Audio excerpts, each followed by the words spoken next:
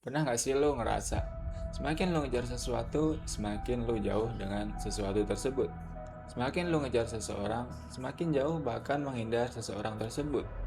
Tapi semakin lo gak peduli dengan seseorang, justru orang itu malah suka sama lo. Halo semua, di sini gue mau bahas sedikit kenapa hal-hal seperti ini sering terjadi. Sebagai gambaran lain, di zaman sekarang, kita punya kebebasan paling mutlak dalam sejarah manusia. Lo mau beli baju apa, ada di e-commerce. Mau nonton apa, tinggal buka Netflix. Mau dengerin apa, ada di Spotify. Tapi anehnya, makin banyak pilihan yang kita punya, kenapa kita makin sering bingung? Dan berujung nggak milih apa-apa. Nge-scroll berjam-jam cuma buat nyari film yang pas, dan akhirnya malah nggak jadi nonton, karena capek nyari. Secara logika, banyak pilihan harusnya bikin kita makin bahagia. Tapi realitanya justru bikin kita cemas dan ngerasa terjebak. Nah, selamat datang di realita kehidupan. Hari ini kita bakal bahas satu konsep yang sering banget bikin otak para ilmuwan, bahkan filsuf dunia pun meledak. Sesuatu yang disebut paradoks. Paradoks bukan cuma sekedar majas atau hiasan kata dalam sastra, melainkan sebuah fenomena logika yang mencerminkan realitas kehidupan yang kompleks. Secara mendasar, paradoks menyandingkan dua hal yang tampak saling bertentangan, namun secara mengejutkan mengandung kebenaran hakiki. Fenomena ini sering kita temui dalam kehidupan sehari-hari, psikologi, hingga konsep ilmiah, di mana manusia harus menelan kepahitan untuk mencapai kebahagiaan, atau melepaskan kontrol justru untuk mendapatkan kedamaian sejati.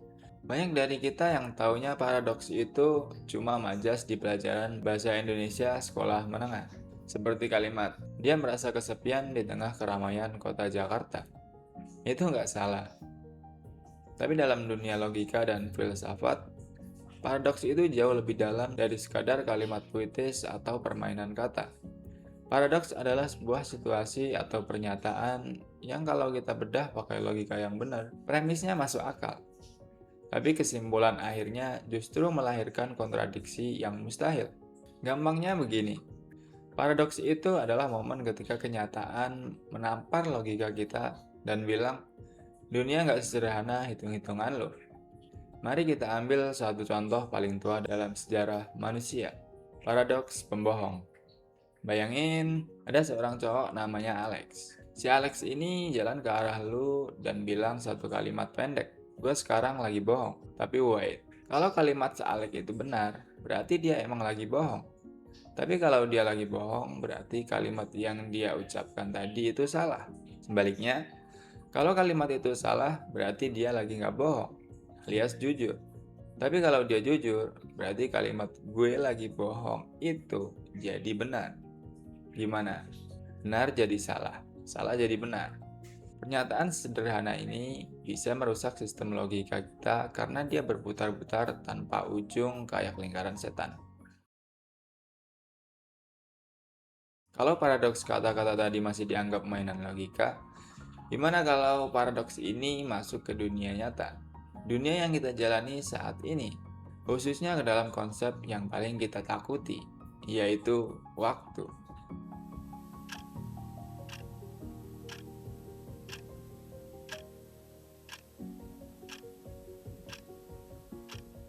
Di tongkrongan kita sering berandai-andai.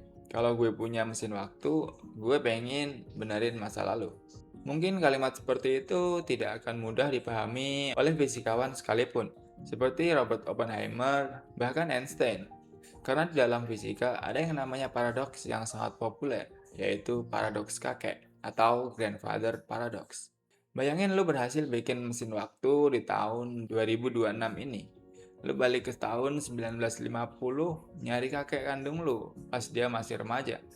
Dan karena satu kecelakaan konyol, lu nggak sengaja bikin kakek lu meninggal sebelum dia sempat menikah sama nenek lu. Secara logika, kakek lu meninggal, terus orang tua lu nggak pernah lahir, dan lu pun nggak pernah lahir ke dunia. Tapi pertanyaannya, kalau lu nggak pernah lahir ke dunia, siapa yang naik mesin waktu ke tahun 1950 buat bikin kecelakaan itu? Kalau lu nggak pernah ada untuk pergi ke masa lalu, berarti kakek lu selamat. Kalau kakek lu selamat, lu bakalan lahir. Kalau lu lahir, lu bakal pergi ke masa lalu lagi buat bikin kecelakaan itu. Fisika modern memecahkan ini dengan teori multiverse atau dunia paralel. Tapi esensinya tetap sama. Pikiran manusia punya keterbatasan besar buat memahami cara kerja alam semesta yang sebenarnya. Oke, mungkin lu mikir, ngapain kita pusing mikirin mesin waktu atau si Alex yang bohong? Hidup kita di dunia nyata aja udah pusing. Sadar atau enggak, generasi kita, Gen Z, dan Millennials, adalah generasi yang paling sering jadi korban dari paradoks kehidupan modern. Mari kita bedah beberapa hal di antaranya mungkin sedang lu rasain sekarang.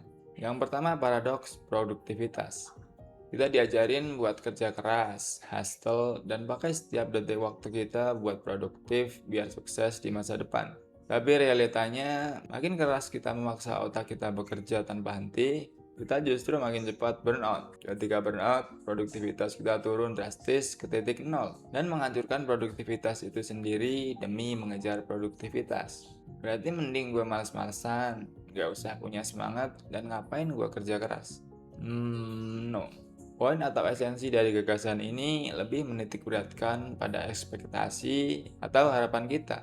Secara psikologi, hal ini masuk akal. Ketika kita terlalu terpaku pada ekspektasi atau apa yang belum kita miliki dan membandingkan diri kita dengan orang lain di atas kita, kita bakalan ngerasa kekurangan terus-menerus dan bikin kita tergesa-gesa, bahkan cemas. Yang kedua, paradoks konektivitas digital. Hari ini kita terhubung dengan ribuan orang lewat Instagram, Twitter, atau WhatsApp. Kita dengan mudah bisa tahu kabar orang di belahan dunia lain, bahkan dalam 1 detik. Tapi kenapa data justru menunjukkan kalau generasi sekarang adalah generasi yang paling merasa kesepian sepanjang sejarah? Kita punya 1.000 teman di media sosial, tapi nggak punya satupun orang yang bisa diajak deep talk atau percakapan intim. Coba kita renungi. Kok bisa generasi sekarang dengan semuanya serba ada, lebih kesepian ketimbang zaman batu sekalipun? Yang ketiga, paradoks lowongan kerja. Ini adalah case yang paling valid buat Gen Z, terutama yang lagi job hunting. Lo pernah lihat nggak sebuah perusahaan atau rekrutmen di mana syarat masuk kerja posisi entry level aja butuh pengalaman minimal 2 tahun? Gimana caranya coba? Kita dapat pengalaman 2 tahun. Kalau buat dapat kerjaan pertama aja, kita harus udah punya pengalaman. Ini adalah lingkaran setan dunia korporat yang nggak masuk akal. Semua contoh ini adalah paradoks yang kita hadapi di kehidupan sehari-hari. Kita terjebak di dalam sistem yang kita buat sendiri. Apakah kita harus stres mikirin semua kontradiksi ini? Atau cuek bahkan nggak peduli? Seorang filsuf asal Prancis, Albert Camus, pernah punya pandangan menarik soal hidup yang absurd ini. Menurutnya, dunia ini memang nggak selalu logis, dan mencari kebenaran mutlak di dunia yang penuh paradoks ini justru bakal bikin kita gila. Kunci buat bertahan hidup di zaman sekarang bukan dengan cara memaksa semua hal harus masuk akal atau harus sempurna. Kuncinya adalah belajar menerima kontradiksi itu sendiri. Nggak apa-apa kalau sesekali kita ngerasa kesepian, meskipun punya banyak teman. Nggak apa-apa kalau kita ngerasa belum melangkah jauh, padahal udah berusaha sangat keras.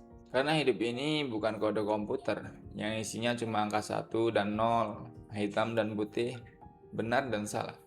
Hidup ini berada di area abu-abu yang luas di antaranya. Menerima paradoks artinya kita menerima kalau diri kita adalah manusia yang dinamis. Manusia yang bisa kuat sekaligus rapuh di saat bersamaan. Gue Bubul, terima kasih udah nonton dan sampai jumpa di narasi selanjutnya.